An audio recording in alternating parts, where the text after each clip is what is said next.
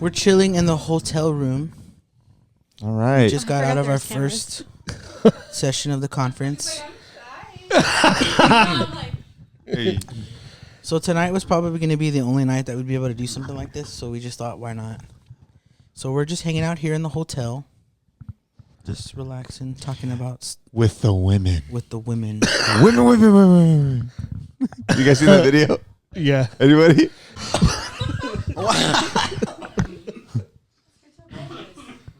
This is my wife, Gwyneth. Perfect segue. What a segue. Say hi, Gwen. Hi, everyone. I'm Gwen. Yeah. Hi. Not through video. I'm Michelle. This is the first video. You guys are being graced. What's up? And you guys know who I am. I'm PK. You know who I am. And this is his Erica. better half. This is my radio voice. Intro that name like that. So, one of the things that I've always kind of, now that we're like in this setting, I've always wanted to know. I know what being a grown-up kid means to us, but I want to kind of hear from the wives. Like, what does it mean for your husbands to have like an outlet or to have something like this that they can, like, you know, a group of guys that they can talk to and be themselves sometimes when you're like up to here with themselves. Mm-hmm. And when is it lame and when is it cool? Yeah. That's another good one. Like, y'all just get real. Like, because they're grown up, kids that are not grown up, right? Mm-hmm. Where's the line? Yeah. So let's start off with the first question would be, like, just seeing your spouse, your husband, what does it mean for you to see how they, you know, are and get to interact with this group of people and stuff like that. And then we can talk about what Isaac said, how lame it is and where to draw the line and be like, you guys are like ridiculous with And this. was that a lame question? Who wants to go first? Michelle, do you want to go first? So I thought you were asking what does it mean to be a grown-up kid? For me? Oh, sure. That's what it sounded like. For you to have an outlet, I think that's great. I think we've been together a really long time, and I love you and your face and your presence.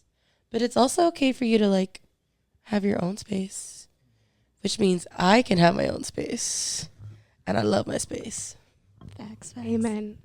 Right. But I think that's cool. I think that's And awesome. all the women said, Amen.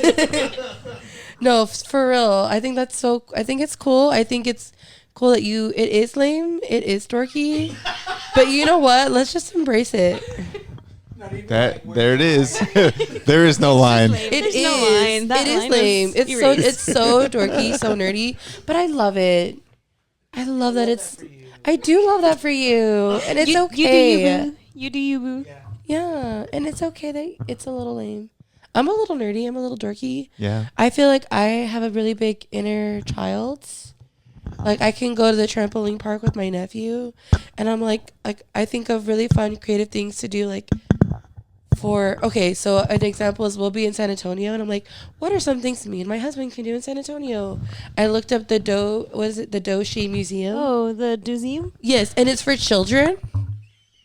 So, like, I can't go. I don't have a child. That's how you knew that it wasn't, like, yeah. kids really, she's like, the Doshium? Doshium, yeah. It's like, it's D-O something with an S. Everything's romantic when it sounds a little French. Yeah. Let's go to the Zuji. Oh, the Dojium. No, absolutely. Let's go to Walmart. Oh. Yeah. So, like, I'll look up things for us to do, and it's like things that people will take their children to go do. But it's what I deeply inside would love to do. So I feel like I have a really big inner kid in me. So I think it's awesome that you call yourself this, because it's true. And it is a little lame and dorky, but I love it. And it's okay. I love that for you. And it's okay that you're like that. It's okay. It's okay to be a little dorky She's and nerdy. right, guys? It's okay. I love the affirmation. And that's okay. Wife number 1 has spoken. There we go. We're numbered. We're numbered. Number Thank 2. you. Next. Oh, okay. I'm going to get a little deep. Oh. You should like put some deep music here. I'm just kidding. I feel like before PK found this group, he was really depressed. It's not funny, but I'm laughing. But she's like, this is gonna be very serious. Starts he laughing. was so depressed, and it was just a lot of life things happening, and then he found this group, and I saw like life in him again. Like he was just happy again, and I just realized like, I think it was also feeding into like his creative side, and I don't think he gives himself enough credit sometimes when it comes to just his talents and like what he does. So whenever he started the podcast, it was like I just saw a whole different side of him. I feel like I got my husband back, because when we were dating, he was so joyful, and then like with marriage, it was great, it was fun, but then like stuff, life happens, and then you just get sad, and I just saw him go through this really sad time, and not because of us, we were great, but it was just like he was just going through a hard time. And so whenever he found you guys, I was like, this is awesome, like yes, please. And I actually don't think it's lame, but probably because I had a podcast too, so I was like right there with him, and I was like, yeah, do it, and kind of put yourself out there and see what you like and what you don't like. So I think for me, what's the question? That's what it means to him, like being a grown-up kid, like that's great. Like I love that he got to do that, and it did remind me, like, oh yeah, because when you were talking about the museum, that's PK. If there's a mall and there's a Lego store, like that's him. He'll go into the Lego store and like he's like a kid again. So yeah, I'm like that with Disney World. He loves Disney World. Disney World is heaven on earth. I know, yeah. I love Disney World too, but he really loves Disney World. And we went on a Disney World trip. When was it? A year ago now, almost. And it was just like, he was the happiest. Probably happier than our wedding day, really. I was like, wow. If you guys donate each of you $100, we could probably record a podcast in Disney World. God, so if there was a reason to donate $100, we're kidding about the donation, but think about it. But are we? But are we? But click the link down below. To me, I feel like I myself have always been like very mature for my age. But I've never let go of like my inner kid. So I still see like things that might be dorky for other people. So we were talking over dinner right now about like a box lunch, and I saw that they have like a little salt and pepper shaker with paprika from Blue's Clues. So I see things like that, and I'm like, I want that in my house, So I've always been very like that, kind of like subtle. I'm a huge Disney fan, so subtle things here and there, and I never saw that with him, but he like nerds out with Lord of the Rings. So when I started seeing that, I was like, hey, well, if you love Lord of the Rings, buy a shirt that says Lord of the Rings, or what is it, the dragon something, I don't know, prancing pony, the prancing pony that's Lord of the Rings, right? Okay, yes. He's a nerd, not me, with Lord of the Rings, but so I'm like, yeah, just gets offended. Like, I've won pageants, but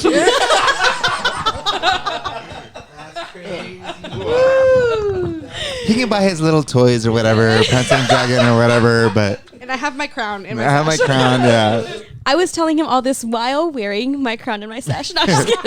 No, but so I've always achievement unlocked. I've always been kind of like more nerdy when it comes to that, or more open, like, yeah, this is who I am, whatever. And I guess maybe since he has like a degree in business, that made him very like, okay, realtor, business, like more mature than what his age actually was. So I think that he had to go maybe into like a business professional working field so early on that kind of made him like, okay, I can't be a kid. I can't express myself this way.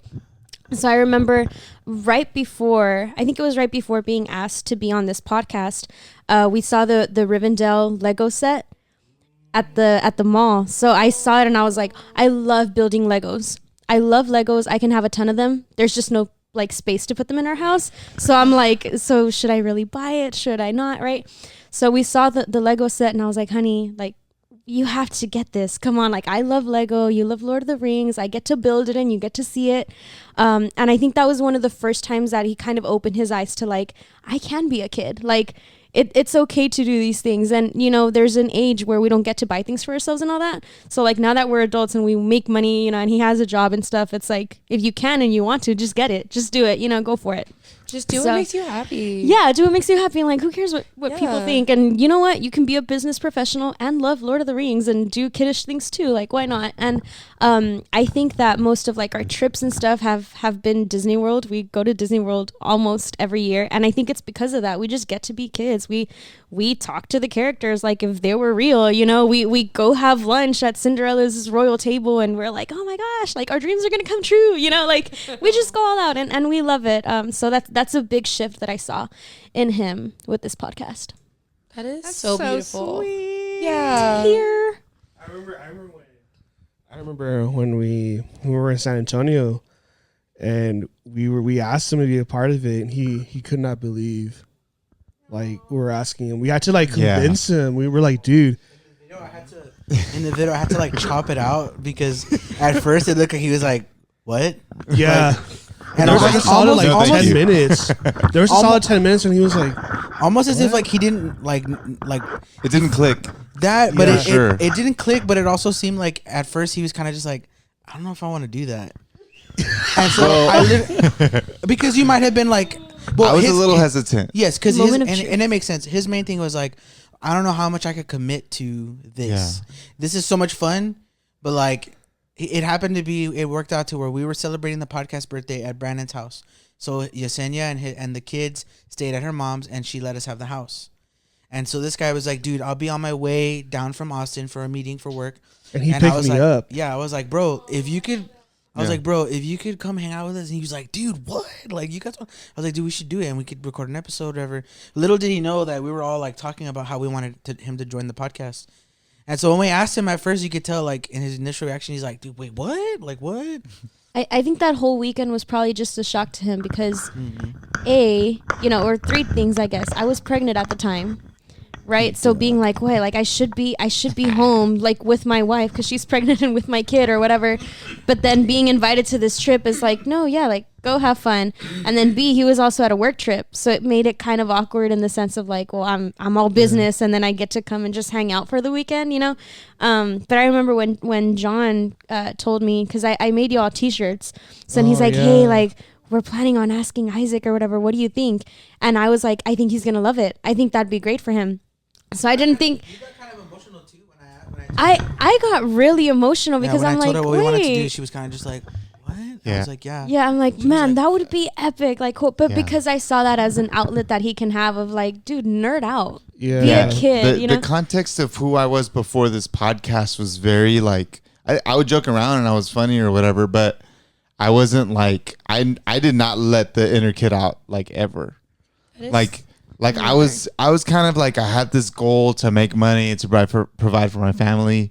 So it was that, like whatever spare time I had from work, it was either at church or it was with my wife who was now pregnant and all this stuff. Did we have Adiela? Yeah, we had. We had Ariela. We did not have And then Yanni. even like right now is a good example. Like it's 1 a.m. in 8 minutes. And we just came from a conference, and then we have to be there in Like 8 hours from 8:45. now. So it's like, you know, you have to make time for it, but Yeah. but I think making the time is it, like, you know, it helps with the rest of the time that you spend outside of it. So That's Yeah. definitely a choice. I think that's so cool. I think my experience is obviously very different between the two of you. I married a very creative. Not that you're not creative. Not that you're not Dang, creative. shots What fired. are you That's not what I'm Shots saying. fired.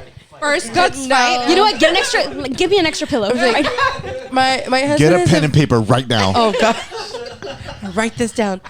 No, I just married a very creative person who's always been a very outside of the box, DIY. Let's do this crazy wild thing. And I've always been a child. Like I could be a teenager and I would want chocolate milk, or like I don't want to stay up, or I love Lego sets like that. They make me so happy. They do, like, or like if I went to a birthday party for a 9-year-old and I was 16 and there was a moon bounce, but it's only for little kids, like inside I am like slowly dying because I want nothing more than to be in that moon bounce at like 16, right? Like that's always been me, and I know that that's always been him. he's always been someone who loves to spend his quality time with his friends, doing crazy wild things, whether they're painting each other blue or they're coming up with something completely Why wasn't wild. I invited to that? Why? I feel like if you were my friend back then, I feel like we would have been arrested somehow. Yeah. I don't doubt That's that one probably bit, true. actually. Yeah. Yeah, like But I imagine see the that. blue pictures, that we would take in the Mugshots? mugshot. Oh gosh, Shots painted in blue. I will recreate that just for you. Let's do it. so nice. Anybody want to get arrested tonight? It's about to Yeah. get wild. So one of the things that actually today me and Isaac were talking about, because he was asking me about how it went with the, we recorded a lessons learned episode. I think it was last weekend because Brandon was here, and or 2 weeks. Was it 2 weeks ago? Yeah, and we were just talking about different stuff, and I told him, I was like, dude, I actually brought up like something that you said, and he was like, really? What did I say? And he kind of almost nervous, like, oh no, right? And I was like, no, it was some advice that you said, like, just kind of in conversation, and it like stuck with me. I was like, dude, like, why doesn't everybody do it this way? And he was kind of giving me some insight as like, bro, I just try things, and if it works, like, I encourage other people to try it. And there's, I'm sure there's things that you haven't told me that you tried that were like fails. You know what I mean? I do have exes, so Yeah. those were the failures. Yes. But one of the things that we talked about on the episode, I just encourage people who are like that are either single or they're ready to be in a relationship. Maybe they're in a relationship. Just to kind of set that expectation of what you want in that partner, and kind of letting that be like foundation on what you guys build on, in your relationship. I was telling Isaac today at lunch, I was like, dude, me and Michelle didn't do that. Like, we fell in love with each other at a very early age. We were little kids, didn't know anything. But it was very much like, you're my person, I'm your person, and we'll figure it out like as we go, but it was just like that connection was there. The love for each other was there. And so now that we're older, that's one of the things I love about this, how this podcast has evolved, is because at first it was, if you guys listen to like the first couple of like episodes, first 10 or episodes or so, it was very much like, dude, what's the latest game? Like, what's this? And then I was just telling Brandon, like, I noticed how recently, like, having Isaac on the podcast, he's definitely brought like a level of maturity to the podcast, like kind of like order and stuff like that, that we would just go off the rails. And sometimes like I'll give, Brandon already knows him. I know when Brandon hears this, he's going to laugh. But I always give him this certain look, like, you're going way off the rails. We've been recording for 52 minutes. Like, we need to wrap it up. Like, I'll give him like this We look. can't talk about every Batman. Yeah. Seriously. So, but like, all that to say, like, I know Isaac was saying, dude, like, he's like, I feel like we're like on a new level in our friendship. We're like brothers now. And he's like, but I still find myself like wanting to spend more time with you. Like, I just like, he's like almost like you were like, dude, I just need to spend more time. And I was like, dude, I feel the same way. But I was telling Isaac today that I was like, I feel like we really like, help each other. I know that we get the best out of each other. Like, I know there's a lot of things that he does that I see, like, you were talking about how you like brought to tears with his like daddy-daughter date night and stuff like that really encourages me. Like, I don't have kids yet, but the way I see him buy flowers for Gwen, like, just because, like, the other day I sent her flowers just because, you know what I mean? And like, That was very cute, by the way. I got teary-eyed, just so you know. I write her this specific little note every time I buy her flowers. Can you share that? Yeah. It's from one of my favorite lyrics from Meat Math. It's from one of my favorite bands. Says it's the chorus. It says, "I still light up for you." That's So Not me gonna cry. That's so I every time I've bought her flowers, I've always had them write that in like the little memo. I still light up for you. So sure. You know what's so funny about that is that's my least favorite. No. I love. I actually Mute Math. hate the band. It's like, what? I love Mute Math, and that's like a love song. I was like bragging to every single person at work. They were like, "Ooh, your flowers, your flowers, your flowers." I was like, "You guys, you know what I did? I sent my husband this. There's a new flower shop that opened up in our town.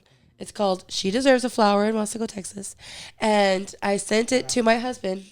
And I was like, just for future reference. And then a week later, I get flowers from She Deserves a Flower.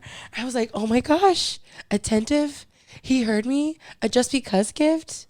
That is amazing. And one of the things too that I like to give it kind of a personal touch, because I know she likes yellow, like she likes pink, stuff like that. But I know her mom's favorite flower was a sunflower. and I had them put some sunflowers in there too, and I told her like, something that I thought of her mom too, because her mom passed away recently. So that was like really that was like another way to just be kind of thoughtful and like Yeah. let her know that I'm thinking about her and stuff like that. Credit. I gave you a lot of credit. So way to go. I'm still waiting for my Valentine's brownies. Anyway, You know what? You asked me. You were like, honey, you can give me a just because gift too. But before you said that, I'm gonna tell you right now, it's shipping its way here. Before you said that, I was like, you know what? what was I saying? You're talking about. You did a great job. How we bring the best out of each other, right? Yeah, in this So- podcast. So what I was saying, what I meant by that is like seeing how he is with Gwen, seeing how he treats her, and the advice that he gave me, which is what I mentioned on lessons learned, was like to set that expectation, let them know what you're looking for in a partner, and give them the opportunity as your possible future partner to be like, yeah, that's not me. Like I can't do that. Like that's not something that I want to do. That's not something I can Yeah. be. And we can give context to what it is. But basically, we were just dating, and it was getting a little more serious. We're like 2 months in. We were 2 months in, and then we're like, okay. So I was really like thinking about it and honestly praying about it. Like, I don't know how to, set expectations. But we sat down one night, and I was just like, hey, you might remember better than me. I think we were in the car. I think we had just finished a date. Mm-hmm. And Sweeten you up, butter you up a little bit. And then you brought the whip out. But yeah, I think we had just finished a date, and it wasn't necessarily an expectation, or I guess it was. But I guess you can take it from here. Yeah, I was just like, hey, just so you know, like, I know that things are getting more serious. So what I've wanted in a wife for a while is somebody who like looks good and dresses up and does her makeup and does her hair and that kind of stuff. Which for many girls probably listening to this are like, how dare you or whatever. But you jerk. The way that I phrased it was like, this is just kind of what I'm looking for in a wife. And we need to have this conversation just because this is what I've wanted, And then in the same way, she had things for me that she had said. Like one of the things that she said was, whenever I say something that we're going to do something, to not back out, because she has a history of like men doing something like that. Like, hey, we're going to go to the movies. Men not keeping their word. Yeah, we're going to go to the movies, and like, oh, is that expensive? Like, no, let's go somewhere. Like, that kind of, and that stuff really affected her. So in the beginning of our relationship, we talked very openly, very candidly about what that would look like. So that was very helpful in our relationship, and it set a foundation to continue to talk to each other about like, hey, what are your expectations of a husband that you want to be proud of, that kind of stuff. So we did that every 6 months. We did that after we got married. We every 6 months we had like a little, like on the day of our anniversary. So we got married December 28th, and so what is that? June, right? June is 6 months after. June 28th, we went out for like dinner, things like that. So like every 6 months, and we would just kind of give a rundown, like what are some great things that are going on in our relationship, and what are some things that we can improve on. So that we kind of always kept, and it helped us out to kind of like, be raw and vulnerable with each other of, hey, this is kind of where I'm at, rather than bottling things up. That's another thing. We never bottle things up. Yeah, give us space for it, Yeah. Like give a safe space to like, hey, this is what we're talking about right now. So what do we fix? How do we fix it? And also giving a solution to it. So this is the issue. And then him asking, okay, well, what can I do to fix it? What can I do to change? And we did that with each other, So that helped out a lot, just like the open communication. But yeah, I think setting expectations in the beginning was very key. So for us, go for it.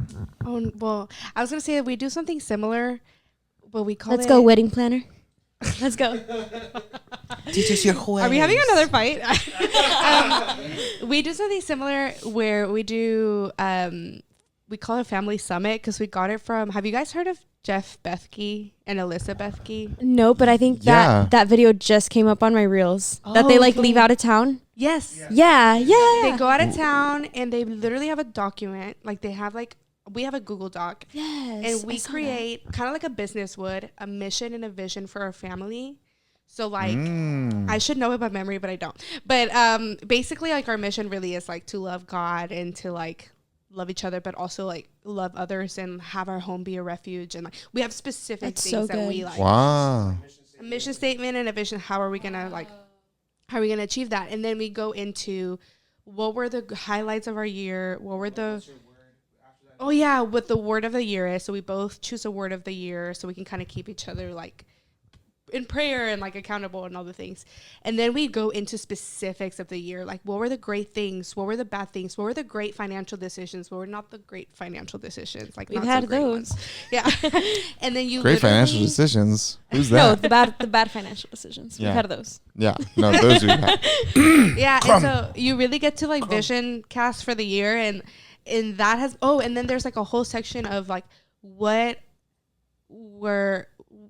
is a way that you were proud of me this year or something. It goes deep into like you tell each other things that you probably should be telling each other, but you don't talk about it every day.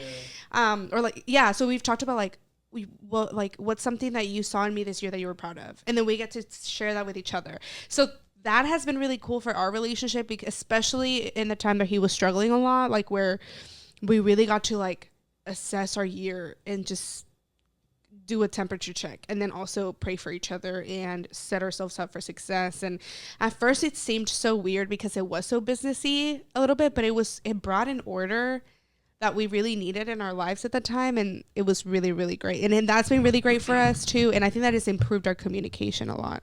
That's really good. And then like the cool thing is like it's meant for like it's meant for like newlyweds and stuff like that, but it gets even better because you guys have kids now, so now it's a family affair. You as a family can go out and be like, okay, like this is what our mission statement would be like, and then it goes down to the kids too. But you can simplify it to the kids. You're not gonna say, what was your biggest financial statement? Like what's the word of the year? Milk. Get a little creative.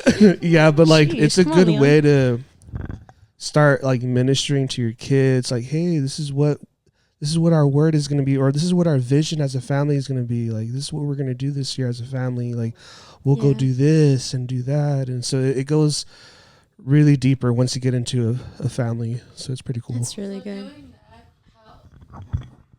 Doing that, do you guys do it at the beginning of the year? Do you like At keep the each other end. at the end?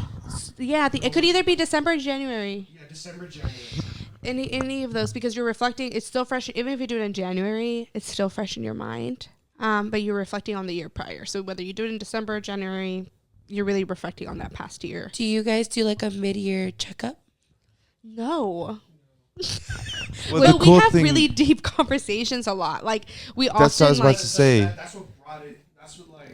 Yes. That's what like brought that open, because we never before that we never had deep conversations, and so like we did. It's like a catalyst to have those conversations more often. Oh no, yeah, because you have it. No, yeah, it like, just naturally happens. Yeah, that's how I felt. But no, but yeah.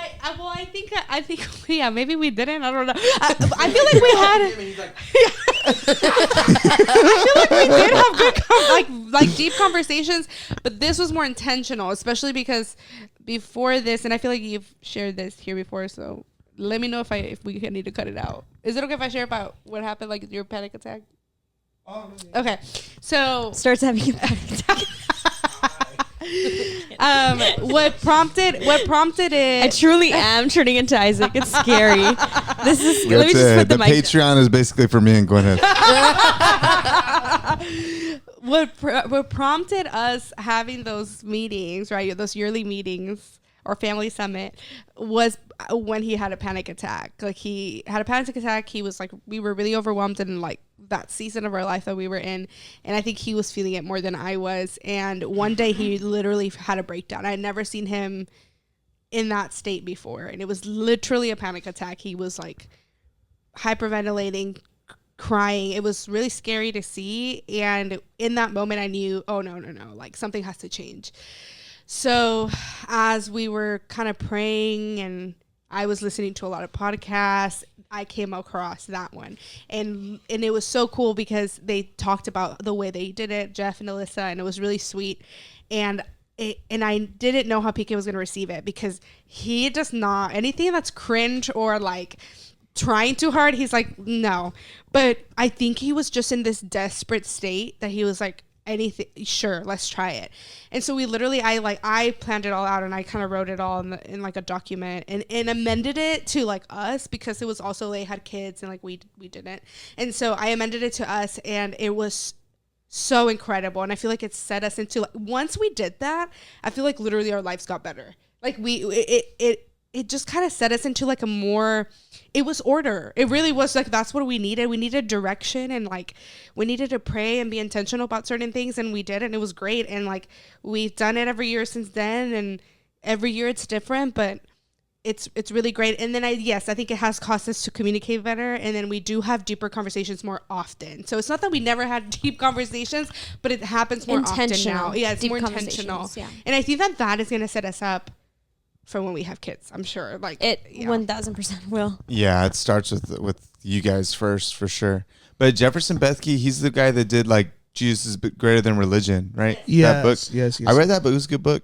Yeah, he's but cool. but they're controversial, right? Because of like a lot of people are like, how can you say that about religion? He was the one who made that saying famous, like that religion isn't. I hate religion. Yeah, it's like it's man made and all this stuff. Yeah, he was Yeah, I like him. Yeah. We'll check it out. Yeah, check out that document. We'll send it to y'all. We'll send y'all the document. That'd be great. That would be really good. And you can obviously you can cut things out. You can make it your own way. How you guys do things in your household. Do you guys have core values? That's part of It has core values. That is so cute. I think ours, I haven't seen it in a while. Ours was like community and community, devotion to the Lord. There was like different ones that we had. I need to look in, because we haven't looked at it. I love that you say, so you say community, and you also said earlier that you want your home to be like a safe space for refuge. people. Yes. Refuge. So you guys are very like, you like people around you and that kind of stuff, like in your home. And Very hospitable. That's cool. A big prayer for our home, wherever we are, is for it to feel warm and inviting, and anybody could just come and hang out. And when we were doing full-time ministry, that was definitely, I feel like, an answered prayer. We would have students over our place all the time, and they would just say like, oh yeah, mom and dad, we're home. And like that was like such a big part of like what our prayer was for our home. Yeah, like doing that, being part of that was really cool, because you get to see like them all walks of life, but they just felt safe in our house. And that's cool. I remember when we stayed with you guys, not only Michelle and I, it literally felt like a home. Like it felt, well, it is a home, but it felt like our home. Yeah. Like, even though I punched myself for the first time ever there. Yeah, I remember it was when you were having trouble sleeping, so you were kind of snoring. That's whenever we're definitely going there. Not the exposed. Hey, you haven't snored in a long time. Oh my god. But that these was are like wins that in was our marriage, and these that was the first time that I ever like. The reason why I'm saying it is because I got so frustrated, and it was either I punched the wall, which it was my home. Expect flowers in a couple of days. Yes. We should ask the girls like what's something that we do. Yeah, sure. That we like. I remember when we stayed there. No, that you don't. It felt like such a peaceful place to be. And I think the only one that didn't like me was Watson. Is that his name, Watson? Yeah. Our cat. He was like, "Get your fat butt out of my room." Every time I would like get like it's a very sophisticated name. Whenever I'd wake up like in the middle of the night, I'd hear like a noise, and I see him like jumping around there. I'm like, "What is going on?" If you don't close it, like latch it. Yeah, like, he'll get in and get into the room. Yeah, or like in the morning, like Brandon was sleeping on a couch, and he was on the armrest, and he was just like towering over. Yeah, he was towering over Brandon. He was just looking at him. It was so what is this? A cat? Yeah, it's our cat. Yeah. Ooh. Friendly. Let me defend Watson. Yes. Also, he's named after Dr. Watson from Sherlock Holmes. Yeah. Sherlock, the show with Benedict Cumberbatch. Okay. That's the best Sherlock. which is Don't get it twisted. Bilbo, isn't it? Isn't he Martin Bilbo Baggins? Freeman. Yeah, yeah. Yes. I've never seen the show. No. But Watson is Bilbo. No, Benedict Yeah. Cumberbatch is Sherlock. Sherlock, who is he's a dragon. Yeah. Mm-hmm. He's the dragon in Sherlock, and he's Sherlock in The Hobbit. What? Anyway, That kind of felt like that We kind of felt like just a opened Disney a can of nerd in crossover. the he's named after Dr. Watson. So, yeah. Is Doctor his first name, or is Watson his first name? It's just Watson. Yeah. For him, it's not Dr. Watson. I don't think I've ever called him. I call him Watsonito. I call him That's cute. other things, but not doctor. We can give him one of those honorary doctorates for annoying John. We also Oh. we also stayed at Joel's house for when we did the wedding episode. It was me, Brandon, Nathan. Remember? Oh. You did stay at our house. Yeah, and it was so much fun. Oh, y'all are all welcome at our house anytime. So it is definitely. I know that's one of the things that you guys want your home to feel like, and it definitely felt that every time we were there. We're glad. I think that's really cool too, because like I like conversations like this too, because like we have certain ways of doing things, you guys have certain way of doing things, and we can all kind of like learn from each other. You know, like for me, like even though sometimes I know I can be very stubborn. Michelle's like, What? I think over the years I have mellowed out so much in confrontations that it's almost like confrontational. That sounds hilarious. It's like I'm so like calm and I'm just telling her like, well, you know, and Michelle's like, what do you mean? You know what I mean? Like what? Like how? And I'm like, you know, like I feel like I kind of dialed it back way too much. So now I feel like anytime that we have a disagreement or something, like I'm just talking to her like this, when the issue could be like up here. And I think for her, it's like, does this not matter that much or something? Well, you don't correctly like share the weight of what you're saying. It's like too casual. Yeah. What you're saying. But I obviously never try to do it in a way that it's like condescending. Like I don't intentionally do it, but it's like, I know that if I don't control myself, like I don't want it to get to a point where I'm just like, I don't know, Michelle. Like, I don't know. I don't want to talk about it. Like, I want to be able just to be like, I don't know what to do. You know what I mean? I'd rather say it in that kind of tone than take it to the extreme. But I feel like sometimes that's like something that frustrates her, is that she's kind of like, but doesn't this bother you? And I'm like, I mean, yes. Can I ask something? Sure. Since we're all married, how long have y'all been married? It's going to be 5 years in July. 5 years, and you guys also, right? Like six, 7 years. Okay, and we're 6 years right now. What's the pettiest argument you've ever had? Like pettiest, or just like this should not have happened, and it's like a dumb excuse. So I'll go first. Okay. So like one of our first little arguments that was like for like a very dumb reason, and I still remember we were driving, and Isaac either had like a business conference coming up or something, but he desperately needed jeans. The jeans that he had were just not good anymore, and I was like, hey honey, like you really need to buy jeans. And he's like, no, like I'm good with the ones that I have. And I was like, no honey, you don't get it, like you need to buy new jeans, please. And he's like, no. Man, It turned like into a little like, you know what, if you don't want to buy jeans, that's fine, don't buy jeans, it's okay, you know what, just wear those, that's fine, I'm not gonna tell you again. And then by the time I realized it, I was like, are we really fighting because I'm not really doing this because you need to buy jeans? And guess what we did the next day? We went to go buy jeans. We're So always you know right. who won that argument. You know who won? But I was like, man, over jeans, like I'm trying to buy you clothes. Different too. times of the year, I have different levels of junk in the trunk.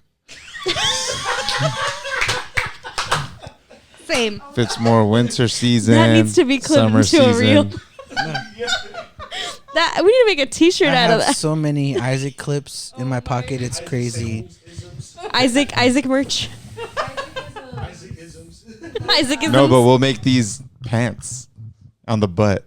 No. Like, Like those millennial juicy. yeah, instead of juicy. Icy. Wow. It'll be a 3-pack. Like, you know, different A seasons. small, medium, and a large. Different, yeah. Winter, Yes. winter, spring, summer. Yeah. Spring. That's our, yeah. Yeah, That's our so that dumbest was one. like that was a very dumb. I think like what? We've fought over like she'll. Oh, I remember this. Well, I don't know if you remember this one, but we were watching The Office, and there's a scene where Jan, she's frustrated. Go for it, bro. We Pop off, should big have dog. in the corner of the Does anybody video else want snacks? Or anything? oatmeal count. Showing them my jeans. No, Isaac. You dog. That's in the Patreon. Oh, look. My Speaking man. of thoughts, when we got here, My man's packing. there was a box of Gushers that you had there, and That's I why was you like, "Oh brought my the gosh, video I in. love Gushers." He went to go get himself a snack, and he brought me these. I didn't There even you go. ask for it. There you go. Cameras are rolling. I gotta turn it on. Oh wow! So Here you go. No, I'm just kidding. So I remember there's a scene in The Office where when you probably remember this, you'll probably laugh. I hope you will. We're watching The Office, and Jan, one of the episodes where Michael is like overtly trying to like tell everybody that him and Jan like slept together, they were like whatever together, and she's like frustrated and like wants like an evaluation of Michael's whereabouts and what he's doing, and she's like, I'm not gonna talk about. I told Michael that I don't want to talk about what happened, and I'm certainly not gonna talk to you. She's talking to the camera, like the talking head part, and then she goes, "Do you have a light?" Like that, right? Do you remember this now? So Michelle's like, "What does that even mean?" And I told her, I was like I told her that it meant like, "Do you have a lighter?" And she was like, "No, that's not what she meant." And I'm like, that's what she meant. And we went back and forth for like, I think it got so bad that we didn't like talk to each other for like a day. Definitely not a day. Not a day. What did you think it was? I don't even remember. But I just remember, I remember laying there, you Girls, know, and we don't know what we did. playing in my head, like, don't let the sun go down while you're, and I was like, you know what? Can I I'm gonna go defend to myself? Yeah. But I just remember Oh, laying gosh. there. I remember laying there, and I was just like, how does she not know her grandpa smokes? She has family members that smoke. Like, how does she not know that when someone says, "Do you have a light?" Like the that they dude from mean, the "Do you have lobby. a lighter?" Like the dude from the lobby. Oh, We were having dinner at the lobby, and some guy just calls us right from the door, and he's like, "Hey, you're an encendedor." Yeah. So encendedor is lighter in Spanish, and Isaac for some reason was like, "Dedo." Oh, encendedor, like not dedo. Why does he want? So I think that's probably the most I stupidest feel like that's thing. how all of our petty fights Mhm. go. Yeah. We're both arguing over what was right and what was said in a specific. You know what- and you know what- Typically it right com- the most. But you know what it comes from? You know what it comes from? It comes from how competitive we are. No. John's competitive. Can we just say this? I said how was- competitive we are. No, That's what you are. Look, Not you look, guys competing. Look, Who's more petty competitive? argument right now. Can I just say this? I used to be a very chill, nonchalant person. I used to not care until I married my husband and we started dating. He's so competitive and needs to win and needs to get his victory and satisfaction that it just brought out this, like, I think it brought out competitiveness in me, and it just, yeah. So like, I think it's everything. I just feel like I need to take you down, but I love you. I Mic do. I drop. love you That's so how you do it. much. I'm on your team.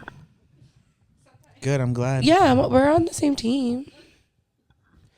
We're on the same team. Yes. Okay. Please, She's Sorry. waiting for you to do like a praise break Sorry. amen there. please respond But I to just. that. What about you guys? Have you guys ever had like a petty I fight? think with me, it's whenever we start something, it's always with her coffee.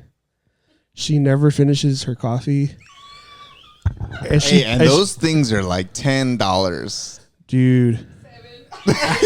And like She I said get 7 for I get so lit up like every time. Like, cause like she'll drink like not even like half of it, and she'll just leave it there, and I'm like, you spent $5 on this. Like, you're gonna drink And the whole thing. please don't tell me that you do the whole shaking thing, like. I do. But for me, it's the experience, and I feel like I've done a lot better at finishing my coffee lately. Okay. So, but I don't know what I think for I me. saw the it's, coffee you were drinking today was like this much left. Yeah. It was big too. When you weren't looking, she's like, Progress. Plus, it had ice melts. Yeah. Well, for me, I love coffee, but I'm also very sensitive to caffeine. Yeah, I don't finish my coffee. I think that's probably our pettiest fights, where he's like, you literally have half a cup, right? Mm-hmm. Or like, because now that she makes it at home, because we have an espresso machine, and so she'll make her own like lattes like before work, and she'll take it, but then she'll bring it back at lunch, and she'll close some mason jars, and just put it in the dish, like put it in the dish, like not in the dishwasher. We don't have a dishwasher, but leave it in the sink closed. And I tell her every time I say, I'm like, all you have to do is just open it up, empty it, rinse it The out. time that it takes, though. But like, so I see. got so tired of it. I just like started throwing them away in the trash. I'm like, I'm not gonna wash it. I'm just gonna. Is that where our mason jars have gone? Exposed. I am appalled. I've been looking. I'm like, why do we only have one little mason jar? BK, do you know how wasteful that is to throw away mason jars? Just have to open it. Just go. I'm feeling shook a right summit coming on. That's crazy. we're gonna reevaluate our family values at the. Because we only have, I remember having a ton of those, because we have big mason jars and we have little ones. And my favorite are the little ones. And I'm like, where are all our little mason jars? I didn't know you were throwing them away. I like. Hold on. I Go, gotta go, say go. this. I like how. Give me a second. I like how you get frustrated that she doesn't open them. You're like, all it takes is just. And in my mind, I'm like, all it takes is to wash it. But instead, you're like, But no. let's just throw it away. Trash. So like yeah, you're right. All So- it takes is washing, but no, all it takes is just. All it takes is to open it, so just throw it in the trash. So like I get like whenever I do the dishes, I get so disgusted with like smells, and so like I just started doing this where I'll just leave it in there until she notices that it's like moldy inside and stuff, and I'm like, I'm not gonna wash it until it gets. Hey, that's a good husband strategy, which will never work. That's the best way to upset feel your like spouse. It's hard when you don't. That's the way our brains think. Like, she'll notice at some point. That's terrible. Dumb Would it be ways too to much if I talked die. about? But I Would feel like it's hard when you don't have a dishwasher, because you have to wash everything by hand. So we're not dirty. We don't leave things weeks on end. Yeah. But like, it does, like, it can pile on or up. Wow, I can't speak. It's. Dr. Watson She still needs can't get to over pull the his fact weight. that you've thrown away all of her Yeah. mason jars. I think you're She the only still one who can't calls get it over Dr. the fact Watson. that you've thrown all her mason jars. She's like, I can't think. I can't think. I can't even speak right now. I'm just thinking about my mason jars. I'm not even. I get it, but like I didn't know about this until now, so I'm so shook right now. That's like me being petty. Like I'm just gonna leave it there. You know what? Sabbath, I'm just gonna throw it away. Like if you're not gonna wash it, For me, now if we're talking about, now we're talking. Let's go. Now that we're Can has talking been mess, opened. my pet We peeve. need to have like I little think it's- boxing bells, like I ding ding know. ding ding ding. Round 2. I have one pet peeve that he does. Say it, girl. So maybe for him is my mason jars, but for me, he is in, like, he'll be in the living room watching TV or whatever. He'll take off his socks and put them in the middle of our seat cushions and leave them there forever. And then they fall in. yes, Yes. and then you're like, Wait, when have I ever done that? You sounded like you can relate to that. I find your socks in between the it's creases. so annoying. Nathan's like, How my does bad, that dog." happen? Nathan's like, my bad, bro. I'm like, why are you leaving these here? Like, where are all? Make it what, make Are you gonna sense. run out of socks? Like, what's gonna happen? It's so crazy to me, because for me, if I know I put something somewhere and I need to wash it, especially clothes, take it out. Put it. There's a dirty bin, but I'll be like cleaning up and I'll take off my cushions and I'm like, why are there 3 pairs of socks in here? It's crazy. I'm about to expose the guys here, but do y'all's husbands, without mentioning names, right? But do y'all's husbands, they're all here. They're all here. I'm sitting back for this one. It just makes it like, you know, less of a blow if I'm like, okay, do y'all's husbands leave clothes on the floor, but when you tell them, hey, is this dirty? They're like, no. So like it's not dirty enough to throw in the dirty clothes, but it's not clean enough to hang up. Yes. So instead it's just on the floor on the side of the bed. Yes, but I can't get mad because I do the same thing. Okay. And that's something I'm trying to work on. But we won't leave wrappers or like cups or we're not those people, but we definitely leave clothes like on the floor. And I need to be better at that. I'm the clean one. Oh, says the guy who leaves clothes in the car. In the car. I find clothes everywhere. What are you doing in the car? I'm the clean one. I find clothes everywhere. I find your clothes everywhere. This morning, we were packing up, and I found a pair of your shorts in the closet by our shoes. Your shorts go folded in a dresser. Let me tell you my question, method, my logic. The question was about clothes. Yeah, that's what Keep I'm that talking in mind. That's what I'm talking about.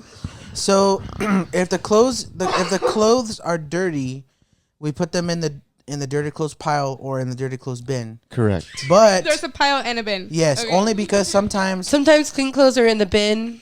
Yeah, I get it. It takes us a long time to get from clean clothes to folded clothes to put away clothes. Yes. It's a process. Folding. But I will say Please this. don't judge. This is what I say, or this is my logic. I'm not gonna put my clean shorts that I wore for 2 seconds because you wanted me to go get your charger from the car. Or if I needed to go downstairs to get something, I put on some shorts because we're staying at our parents' house. And I'm not going to put those shorts folded back into the dirty clothes. Back into the drawer because I'm ready to get back in bed and go to sleep. So what do? I separate the clean clothes that I barely wore in front of my side of the dresser. They're not in random parts of the room, all over the bathroom, whatever. They're literally right in front of my drawer, out of her way. The dirty clothes are the ones that get thrown into the dirty clothes pile of the trash. The trash. Into the bin. That's what PK would do. She would just throw it in the trash. Put the clothes in the jar in the trash. Man, now I need to go buy mason jars. One of the things that I like, because you were saying how whenever like the socks, like you were saying like why can't you, right? I was telling, and I think it just go like I don't know if we're just not programmed that way. I know we're all different, but I know like Michelle, I've been with her in situations where she's like, okay, like for instance, when you guys walked in, this place looked immaculate, like it looked amazing, right? Just be careful where you're going. How was y'all's day? Nah, just kidding. Just change the conversation. Tread lightly, my friend.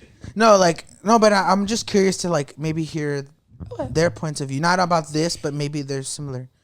So like for me, my desk and my area needs to be like everything needs to be in its area. Everything, even though it looks like it's cluttered, it's all over the place. But if you really look at it, everything has its spot, right? That's my work. That's my work environment. That's my workplace. That's where I sit for hours. That's how I make my money, right? But when I come to my room to sleep, it's mainly we're in our room to sleep. So if my room's not like clean every time I walk in, it doesn't like super bum me out. But at the same time, it's like it'd be nice if this room wasn't like dirty, right? And I don't just pin it on her and be like, "Are you gonna do something about this?" You know what I mean? Like that's never what it is. But I don't do that. I don't do that. But sometimes, like I'll go to the bathroom and I guarantee you, if I had not said something, that bottle of pills that's on the floor would have stayed there. Popping pills. Michelle, you know what? That's about to be a late night. That is fair. Here's my thing. Like you go to the restroom to either relieve yourself, brush your teeth, take a shower. Every father loving day. How is it that you don't see something and be like, hey, that doesn't go there. That goes in the cabinet. And sometimes I'll tell him like, babe, I haven't taken out this trash because you keep putting trash on top. like this trash needs to go. Okay, one. Or because my first instinct is, oh, that trash is full. Let me take it out. Yeah. That's my first instinct. So then take it out, John. I know, but at the same time, it's like, I mean, right? We're a team. Am I the only one that's gonna be taking out the trash? Am I the only one that's gonna pick up pill bottles? I will give you the pill bottles because that's true. I was in a rush. I was running late for work one day. Sorry, Dama. I was running late for work. Don't fire me. I was running late for work. I wasn't but I live very far from my job and I go through a lot of traffic to get to my job. And if I don't leave by a certain time, then that's it. Like, I am screwed, right? I will be super late for work. So like I'm bolting, trying to get ready as fast as I can. Out the door, I knock over because I'm a klutz. Knock over everything. I drop it and it just slips my mind. Mm-hmm. Yeah. So then when I go to the bathroom, like I'm not just like I go in to wash my face, I do things. I'm like, okay, now next I have to go do this, or this. Or okay, I'll do this thing, and then I go do this thing. So I'm just going through the day.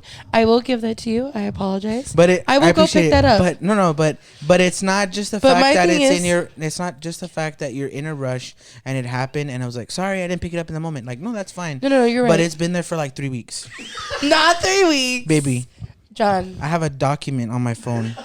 Okay, this seems like I'm just kidding. I don't have a document.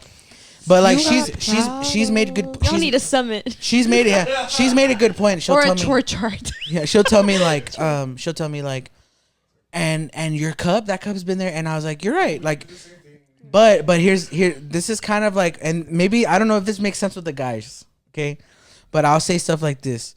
I'll be like, look, this that I left here is not an area that I see every day. So like if I leave a cup and she's like, and what about that cup? Or what about those clothes that have been in the other room? I'm like, I look at her, I'm like, I do not go into that room every day.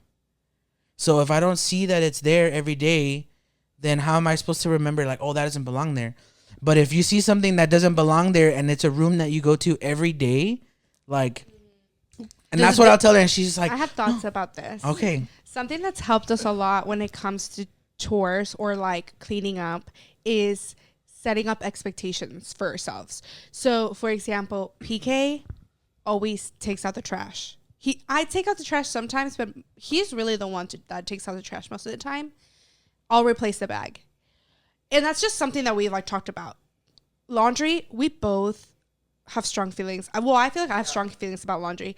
He washes, but I fold. But that is like an agreement that we've come to together. And that doesn't mean that we're always the one doing that one thing, but that's usually what happens. Mm-hmm. And I feel like when it comes to chores, it's so important to communicate for that kind of stuff, because I have gotten mad before when PK has done something that I was expecting of him that I was not communicating. So it's not even that like, sometimes we get frustrated with our spouses because we have these like expectations that we're like, you should know that this is just like a regular, like that saying, like if he wanted to, he could, or he would. If he wanted to, he would. And it's like really a lot of the times you just have to talk about it. Like they're not thinking about it. Guys don't think sometimes. So you have to talk. Amen. And so that's something that's helped us a lot. And I'm not saying that that's something you need to fix, but I'm just saying sometimes. No, it's definitely something that needs to be worked on. I mean, between the both of us, because it's true, like that stupid little pill bottle, like it happened that one time and I was like, crap, I gotta pick that up. And then I'm like, crap, I'm running late, I'm gonna run out through the door. So then I do that and then it's like I forget it. It's down memory lane. And sometimes counting, like or not counting, like sometimes doing something for the other person should not be like, for example, when we clean the bathroom, I feel like we focus on different things.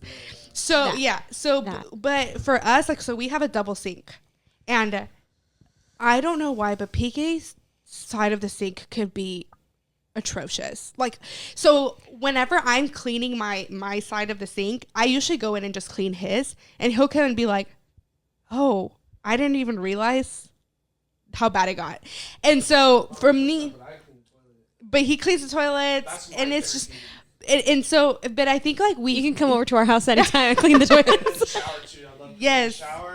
That is kind of satisfying. And I will not keep record of how many times I'm going to clean his side of the sink, because I know that he's kind of pulling his weight in other areas.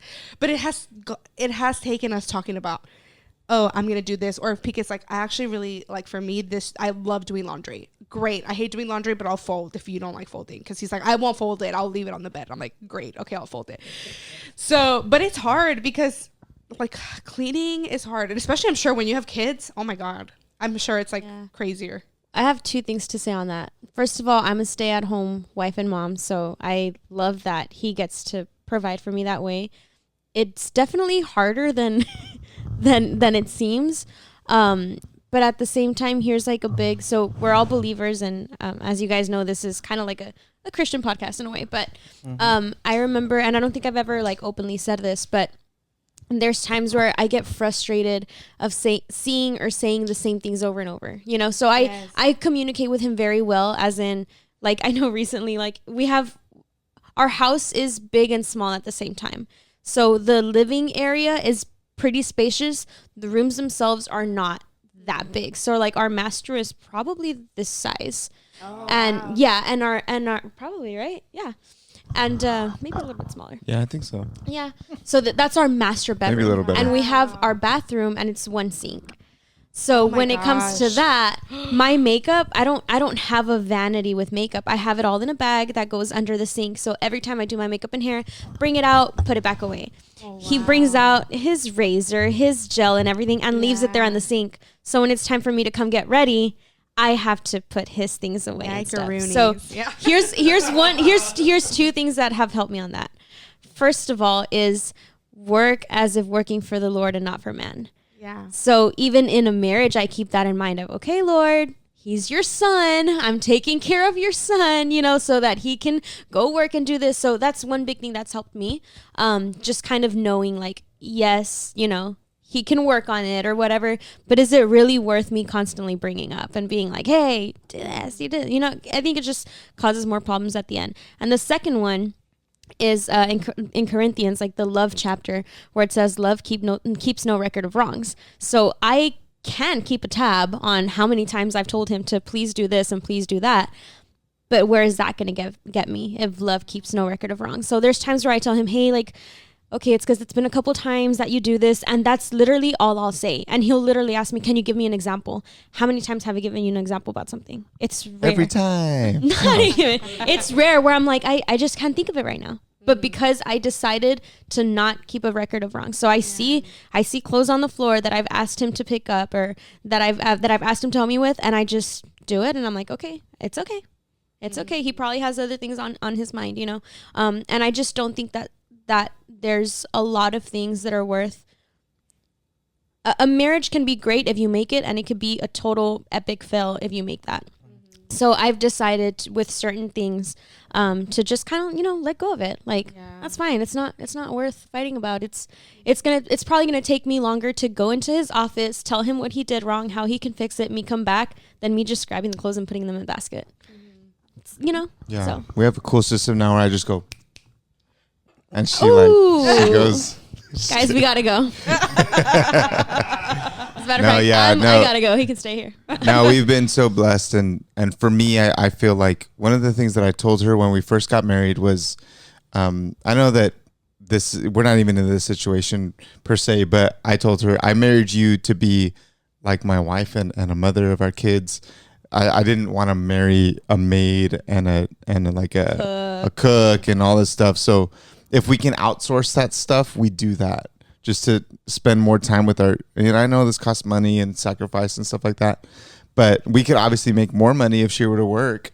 But for us, it was important to do that, you know, like, so we I know it's expensive, but we eat out all the time. We've had chefs in the past. We've had, you know, meal prep services. We've had people come to clean our house or whatever. We pay one of our relatives to come in and take care of. So I know it costs money, but that was big for us. Because there's seasons where we're like, okay, we can no longer do that. So let's like, get man, we can't afford this anymore. We'll have to figure it out. But we're, you know, I've been so blessed because right now that you guys are talking, I honestly I don't think I do anything around the house. Like honestly, You throw out the trash when I ask you. yeah, Sometimes. I'm good for that. I feel like every couple's different too. Like Mhm. that is like it like if any girl would have heard that, Mm-hmm. she Yeah. would have been like, "What do you mean you don't do anything in the Yeah. house?" Yeah. No, yeah, But I didn't That's see what you were saying at lunch. Yes. I didn't see any bitterness on her side. Yeah. no. With that, and I feel like every couple really is different. Like the expectation that I have Yeah. of Pekin that he has of me is so You different. see, Yeah. but I can't relate fully to you because you both work. Yeah, Yeah. and So it's I different. don't know what it's Well, like and to here- come back here's from the like a thing, work too. day Yeah. and be like, Yeah. oh, I asked you to pick up the clothes. You know? Yeah, because of that, the expectation on her per se, not that I put it there, is that the house be like in tip top shape and the kids be like, because that's what she does. That's her career almost. And in the same way, since I'm the only one working, the expectation on me is to make way more money than most people.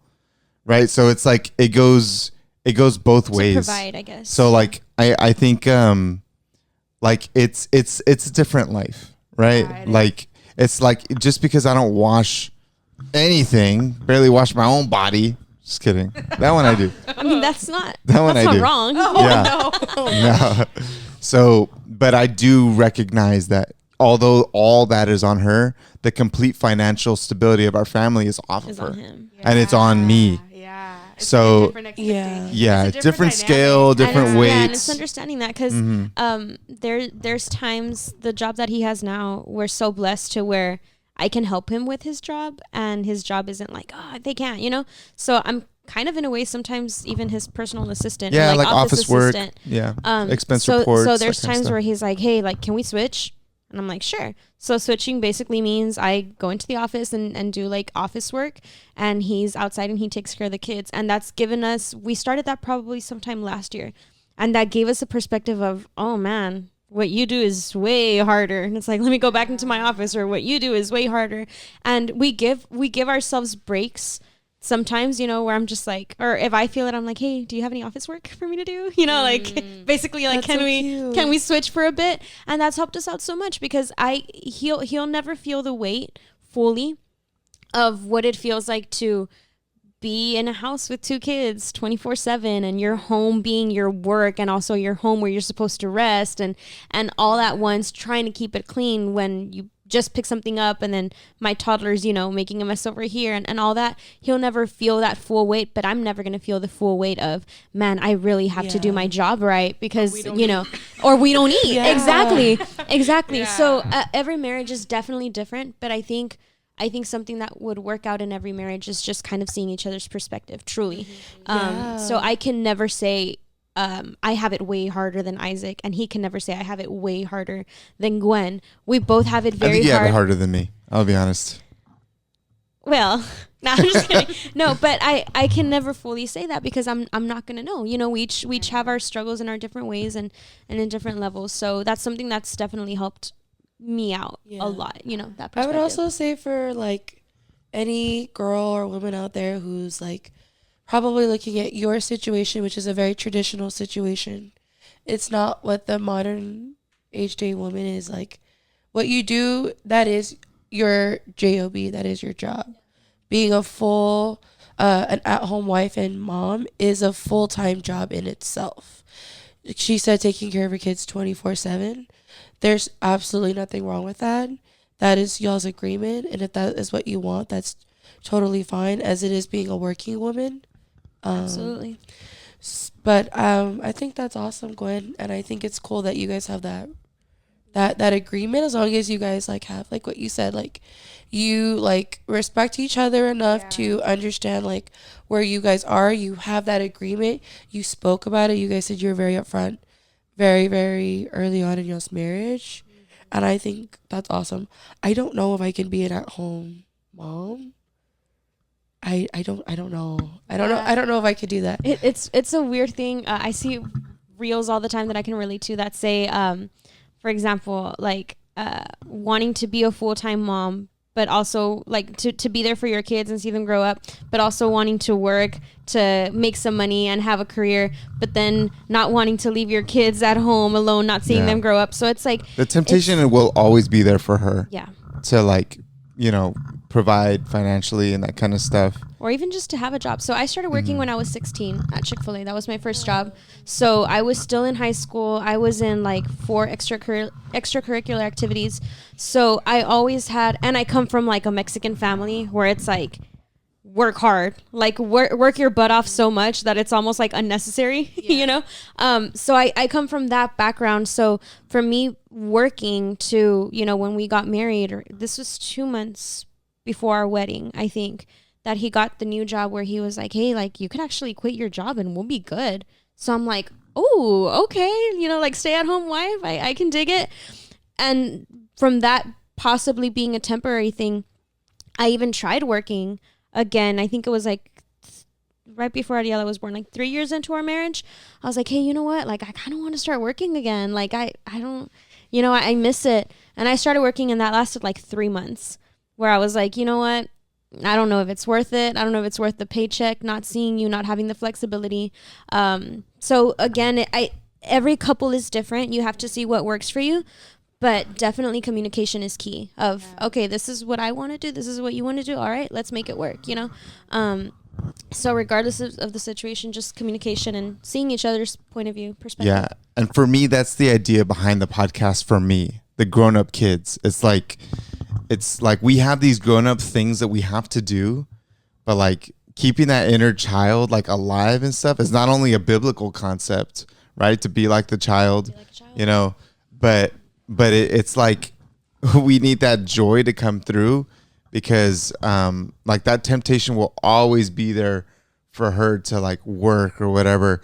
But then we lose, I think, in the way our relationship is each other, you know, like through the day or whatever. So yeah, that's kind of how we see it. And for us. I know it's late, but I want to provide a different perspective because for us, we joke that I joke that I'm a feminist, but I feel like I have a very specific view of what feminism is, and I do think that you can be a feminist and be a Christian, and I think that there's like a specific view that you need to have. But our relationship and I don't know how it'll be when we have kids, so I'm really interested to see how our season of marriage will change in that. But I feel like we're not like, I guess compared to maybe like you guys, I don't think we are as traditional, but something that I do appreciate, and I think it also goes back to family of origin. So for me, I grew up with a single mom, and it was like 3 girls, and it was like 3 girls and then my mom. And I always kind of had this idea that like I was not going to expect anybody to take care of me. I was just going to do it. And I had to like make a way for myself. So when Pika came into my life, it was really hard for me to not be independent anymore, because when you're married, you're not independent anymore. You are dependent on each other. And it's a good thing, but I had to learn how to not be independent and also how to not lose myself in the process. So one of the big things in our first year of marriage was like I would make decisions and not discuss it with PK. And he was so loving, and he was just like, hey, you do know that you're not your own person anymore? Like, we're a team. And I'm like, oh, no, yeah, you're right. And I have like surrendered that part of myself for sure. But I've also seen how kind he is to me and how much he has supported me through my dreams. Because I feel like I'm a pretty ambitious person when it comes to like, because I have like a side business, but I also like work full time, and I just got my master's, and like I think I saw PK's love for me while I was getting my master's the most, because there were some late nights. Congratulations, by the way. Thank you. That's big. Yeah. There were some late nights where I wouldn't cook. He would be the one to cook, or I wouldn't clean as much that week. He'd be the one to pick up that part of like the house chores, and I remember feeling like a bad wife. No, he just did it. I never like, he just stepped up, and that meant so much to me for somebody who was not cared for so long, and by like a male figure, it meant the world to me. And I just like receiving that was so like, it made me feel empowered as a woman, because I was like, man, like he's supporting me truly in all of my like, dreams and my endeavors. Yeah. And I see the similarity with you guys, like the support that you're receiving from him. It looks different than what I'm receiving from him, but it's support and it's respect for each other. And I think that for this podcast too, like this is my way of like, because he has supported me in so much and in such a deep and meaningful way, to me, this is the least I can do, is to let him have this outlet and like, in a way, I don't see it this way, sacrifice time that we could spend together for him, but I don't see it that way, for him to like have an outlet and to have like some joy, you know, like aside from, and there's always joy when you love your spouse and you're in the right marriage. There's always joy. There's never like a boring day. Yeah. But like to have joy that it's outside of himself, just how he has given me a piece of my individuality or whatever by supporting me through my education and supporting me through my side businesses and things like this, things like that. To me, I'm like, that's the least I can do, is to let you have that outlet, and that I want to support you in that as much as I can. So it's cool because you see like the different dynamics in the different marriages, and it's like none of it is right or wrong, and like all of it is beautiful, and like all of it was God breathed, and like yeah. So I hope that makes sense, but that is so it cool. just got me thinking. Yeah, it's good. That is so beautiful, and I agree with you. I consider myself a feminist. Exactly what you said. I think it is possible to be a Christian, to love God, and to still believe in feminism. I definitely believe that. And there's so many examples I can go down this rabbit hole, right? And I think for me, like I grew up with both of my parents in the house. My dad is a truck driver. My parents had me very young. My parents had me when they were 17, and they left the house and they just kind of figured it out themselves. And my dad has always worked. And for the first few years of my life, my mom was a stay-at-home mom until she couldn't anymore. And until my dad was like, look, I think you should get a job. I think you should go to school. I think you should do this. What happens if we're not together? And I feel like growing up, I was very confused in how I should play a role when I do get with a spouse, because I was taught to be very independent. So my dad was a long haul driver, meaning he was gone for anywhere from 2 weeks to 6 months at a time. He would come back for 2 weeks and he'd be gone for another 4 months, 5 months. Wow. And so then it was just my mom, who she wasn't a single mom, but technically a single mom working a full-time job, and then coming home with my siblings, or walking home, or waiting for her to pick us up, and then coming home and we had our chores and we had our things to do. And I got my first job when I was 14. Like, I worked at the park, and I did certain things, and I've been working ever since. And I love to work. I love working. I enjoy it. I enjoy having that outlet.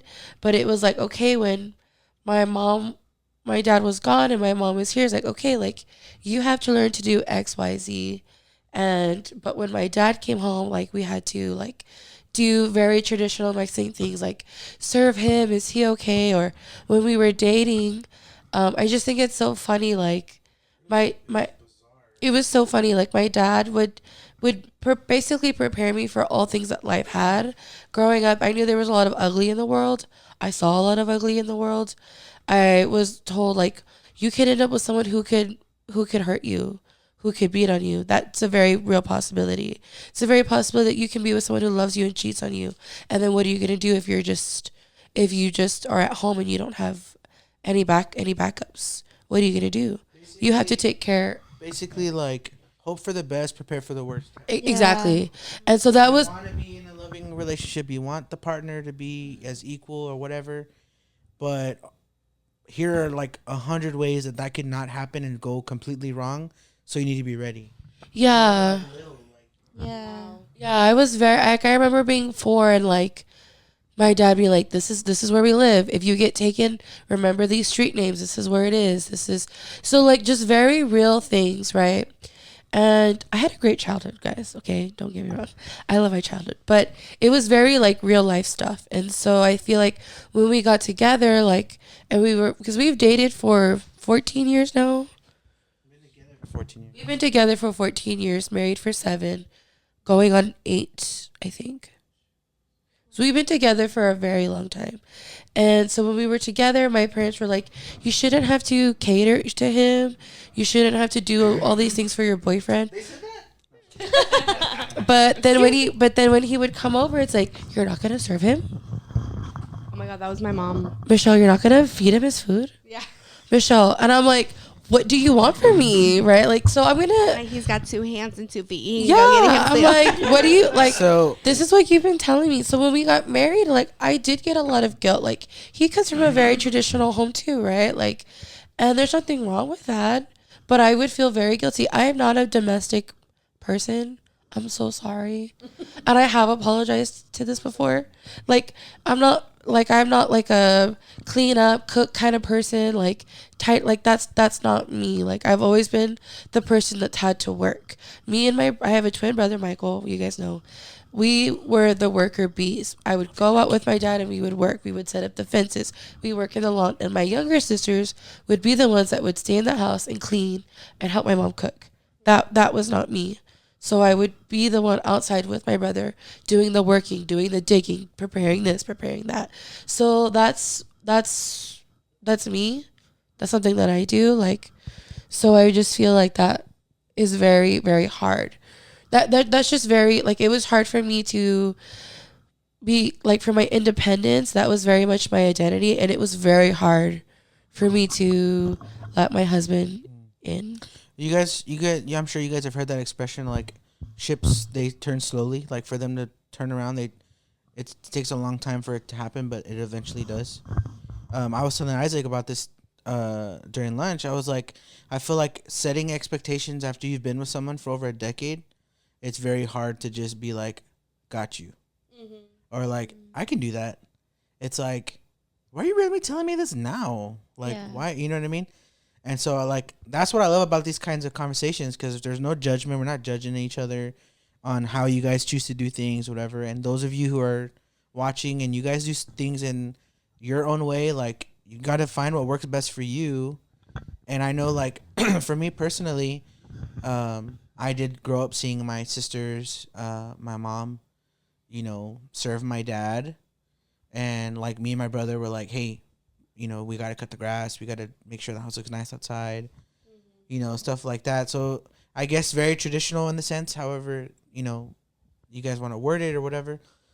But one of the things that I fell in love with Michelle was how independent she was, because I wasn't used to seeing that. I wasn't used to seeing someone be like, I'm not only going to serve you, but I'm going to do like what I need to do for me too. Like, I don't need to just do this. Like, she's able to do it on her own and do things for herself. And so that attracted me to her. But it's also something that's like, and we've talked about it, so I'm not like ashamed to say it, but and one of the times that we one of the first times that I ever hung out at Matt and Sarah's house and they were there, I think it was for someone's birthday party, and some other friends of ours were saying, hey, call so-and-so over here, because we want to ask them a question, right? So I remember Isaac came back, like, they're asking, like, what's your biggest pet peeve or something like that from your spouse? And I was like, my biggest pet peeve is, like, also my favorite thing about her. And they're looking at me like, what? And I was like, the fact that my wife is independent is, like, what I love about her, but it's also what drives me up the wall of how independent she is, And there was those times where she would make a really big financial decision without telling me. And I was like, why would you do that? And she's just like, I just thought, let's just pay it and get it done with. And I'm like, but we didn't have to do it that way. Like, we could have done it like this. And so, like, I lean on her for a lot of things. I feel like I've grown in a lot of areas, just being married to her, because she's very like, okay, well, we need to set some money aside for this. And I'm like, but we can't go buy a game right now. And she's like, no, because we have this and this and that. You know what I mean? Like, for me, like, it was like anytime we had any type of spending money, it was like a big deal. And for her, it was like, I had to work to get that. Yeah. I'm not going to go just spend it on, because we just grew up so different. Yeah. And the best way that I could explain it, like, I don't know like for maybe if you're listening and or watching and you don't fully understand, the best way I can explain it is like a lot of times that Michelle and I don't agree on things. We're looking at the same picture, but we're seeing two different things. Mm-hmm. We both. Have you seen that picture of like the number 6 drawn on like something, and but you're on one side and then like this, your spouse is in the other, and they're like, no, this is a 6, and it's like, no, this is a 9. No. So it's like the same exact thing. Mm-hmm. Does that make sense? Yeah. So like you're seeing the same thing, but Yeah. it's just literally different perspectives. Where you're like, no, this is the number 6, and it's and like like no, what this I'm is the number gathering, 9. like, and I've heard this so many times, but it's so encouraging to hear you guys to say stuff like, we just express and we talk about it, we communicate. You know, it's like I think it sometimes it gets to the point where we're like, but why are we seeing two different things? Like, why isn't that we're seeing the same thing? And I was telling Isaac, I was like, it doesn't matter how mad I get and how mad she can make me. If she were to tell me afterwards, like, I'm very upset with you, but I love you, like, I would in a heartbeat say, I love you too. I was telling Isaac, like, I don't care how good I feel, like, I'm always gonna express to you and tell you, like, verbally, like, that I love you. But for her, it's like, she's like, I can't. Her thing is like, when I tell you I love you, I want to tell you I love you, like, with love. I don't want to just say it back. You know what I mean? For me, even though I'm upset, like, I mean it.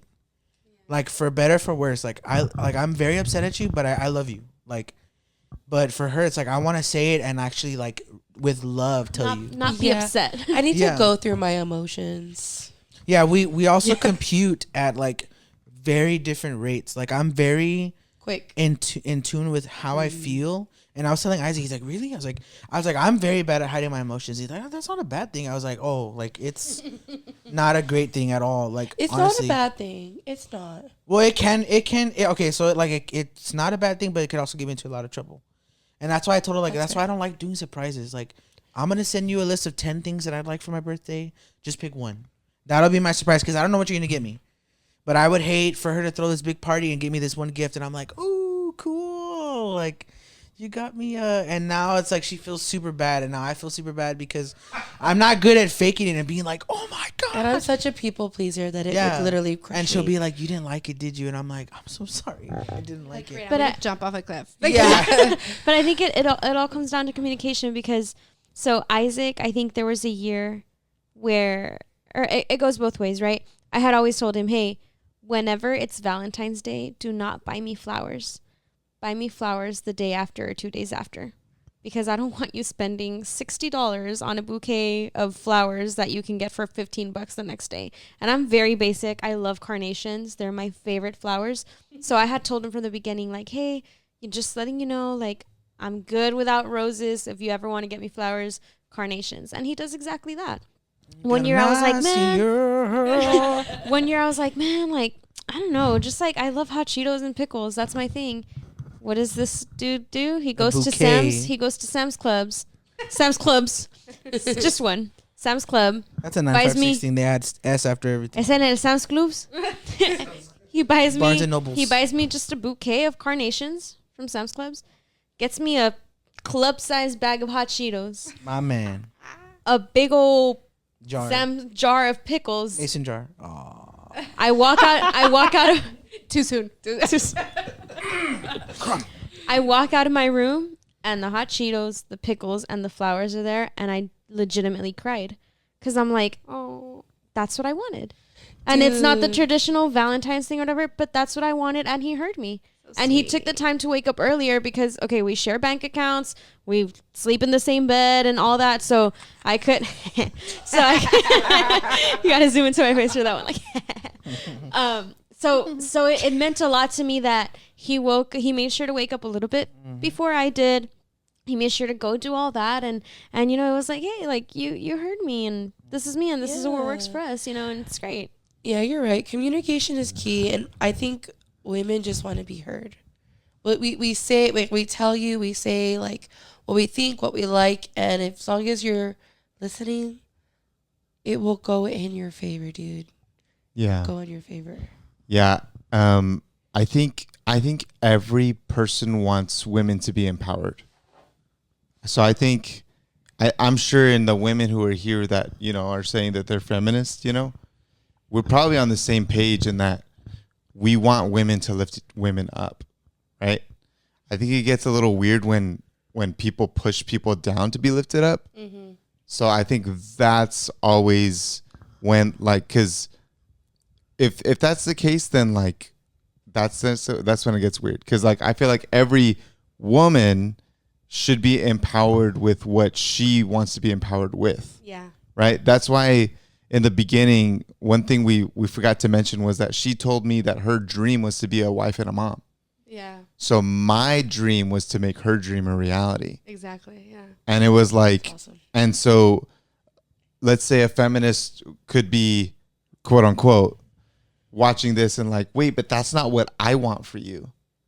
And I don't think that's what feminism should be in the first place. Yeah. No. I think it should be women who build women up together and don't push their spouses down for that. In the same way that men, what is that called? I guess narcissist or what is that? Toxic machismo, toxic Machismo. masculinity, where the men don't treat the woman as an equal and like step on her to like, it's the same issue. Yeah. Right. So that's why it's so important, circling all the way back to the beginning, is to like set those expectations early on. Exactly. Because I think every woman has different things that Yeah. like I liken women as like a flower, and that like when you water them with what they need, they'll grow. But if you don't, they'll shrivel up and then even start to attack a little bit, or be like on the defensive. So it's just finding what that is for your spouse. You're not going to do that work for every woman, because that's impossible. Even for one woman, it's really hard to do, right? To find the way to really let them bloom. But when you do, I think it's a beautiful thing. So That's a really great way of putting it. Yeah. I agree 100%. What a great way to end, because it's 2 a.m. and we got to be at church Segue. in 6 I was hours. just Segue. thinking that. Thank you guys for watching. If you're This still was watching, fun. and thank you, ladies, for being on the podcast. So do the women get to do an outro? Do do Yeah, so we need to record an outro for them. do. Oh, you don't want to hear So this. good to have Pika and his wife from out of town. It's always good when you roll on by. Heck yeah. Back to your roots, Heck yeah. Steel Roots TV. Remember Steel Roots? What? They used to play Christian rock Oh on TV yeah. after school. Steel Roots? Heck yeah. You don't remember. Yeah. Kind of yeah. sounds like a country band, like Oh, Steel gosh. Roots. Thank you guys for watching. We're all going to just knock out all over this hotel room. Yes. We'll catch you guys on the next episode of the Grown Up Kids Isaac's already knocked podcast. out. Yes. Bye, guys. Yes. Yay.